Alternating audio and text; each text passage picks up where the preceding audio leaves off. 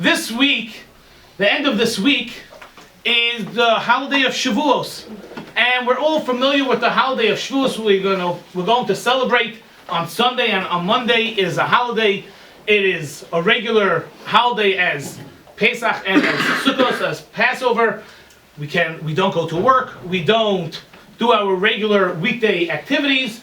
But we sit and we celebrate together because God gave the Torah on that day, on Shavuos. And the Jewish people have a custom at that time to celebrate that God gave the Torah at that time, that Motzei Shabbos, Saturday night, the first night of the holiday, everyone will stay up. Many men try to stay up, and other people, they try to stay up and learn and study Torah a whole entire night, from the beginning of the night till about 4:30. And over here, the morning services begin at 4:30, and that's after a whole entire night of learning. And there are literally thousands and thousands of people that are up a whole entire night studying Torah. And it's really an amazing, amazing sight. Of course, a lot of coffee goes by, but we all do it, and it's a great, great, great experience. And let's try for a moment to appreciate what does it mean that God gave us the Torah, and what does it mean that we study the Torah? What are we accomplishing by studying the Torah? What are we doing when we are studying the Torah? It's a very important thing that we know, we feel, but it's worth to just speak it out. A great person has one time said, a great rabbi said, that when we pray, we're speaking to God. But when we learn the Torah, God is speaking to us. And we are accepting and reliving what He had told us.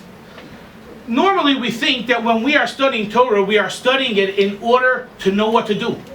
And that is certainly the basic reason of why we study Torah. So we learn the laws, we know what to do, we can apply it, and we learn the Torah. You could also study Torah to feel a connection to God, and to feel a connection to Judaism, and that's also a great reason to study Torah. But there's another important point of studying Torah, which is very fine, very, very edel, as they say in Yiddish. It's very fine to pick up, but it is so real and so important to realize. There are certain things that you just cannot say over. You just cannot give over. No matter how much I try to teach my little boy to ride a bike, I just can't tell him how to do it. I can't do it. I can't do it for him. I could describe it for him. I could encourage him. And I have done a few times this week to actually run along with him as he is riding. I could convince him I'm holding the bike, whether it works or it doesn't. But that's all I can do. I cannot tell him how to ride a bike. It's not a question of instruction. It's much more than instruction. It's a skill. It's a feeling. It's something that when you got it, click, you got it. Before you get it, there's no words that could just describe it. I just can't get it.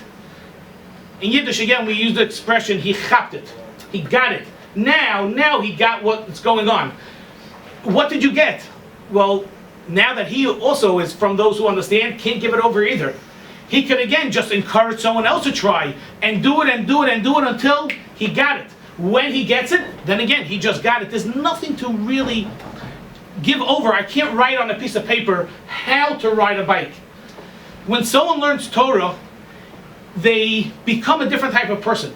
They get a nuance of themselves that they somewhat metamorph themselves into another type of person, into someone who has a certain sensitivity, someone who has a certain type of godliness to him, someone who just sees everything in the world different, and there's no way to get it, and there's no way to express it. There's just no way to do anything except to actually study the Torah. And when someone really spends a lot of time diligently, seriously studying the Torah, it's just natural that you just see it on that person. You say, wow, something happened to him. He became more divine. He became special. He became much more mature, maybe more serious. I don't know exactly the word to use. However, it only comes when someone actually studies the Torah, and this is a gift that God gave in the Torah. That's what it means that God gave the Torah. He gave this secret to become godly with the Torah on the holiday of Shavuos, and that's what we are doing on the holiday of Shavuos. The Gemara tells us, the Talmud tells us that when someone does a mitzvah, a commandment, it protects him, it's a merit for him while he is doing it. Someone who studies the Torah, it protects it, it's a merit for him when he's doing it and even after he does it, because he now becomes a different type of person. Someone who studies the Torah becomes a different type of person. The Gemara, the Talmud tells us that when you give him to eat, it's like bringing sacrifices in the Holy Temple. When you give him to drink, it's like pouring the wine on the altar.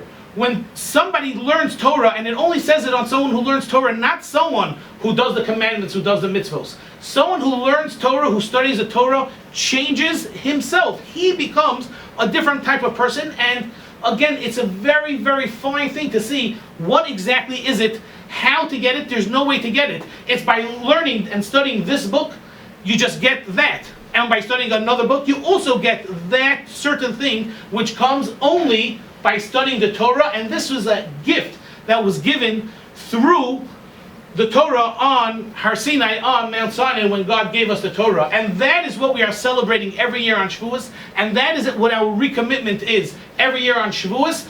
And that is why we spend so much time studying the Torah every year on Shavuos. Somebody could gain so much. The Chazon Ish, a very special rabbi from about 50 years ago, 75 years ago, described, we can only assume that he was describing about himself, what it means for someone to learn consecutively. After 1 hour, he feels great. After 2 hours of consecutive learning without a break, he feels, I don't know all the expressions he uses, but somewhere around by 7-8 hours, he feels like he's an angel. And now I personally really tried, I never got so far. It really takes a lot of diligence and much commitment to focus your mind so long, and I should really try to do it for 7 hours straight. But he goes on and on and on. It's really incredible what someone who studies Torah, it does to him, and what an opportunity we have every Tuesday night that we can come here and reconnect and change ourselves, and literally change ourselves in a way that there's no other way to do it. And again, it's not unnecessarily what you are particularly studying, but the very fact that you are studying the Torah, it's a time that God is speaking to you and infusing and blowing into you a certain type of life. We should utilize this Yom Tov of Shavuos that is coming, this holiday of Shavuos, on Sunday and on Monday, starting from again Saturday night, and to reconnect with the Torah. And again, the only way to do it is to actually study the Torah. Doing mitzvahs are great, but it only helps in a way when you are actually doing it. But someone who studies the Torah, that's a unique thing that we are celebrating. And let's all try to utilize this time and really become greater and greater as we can. Thank you. Yeah.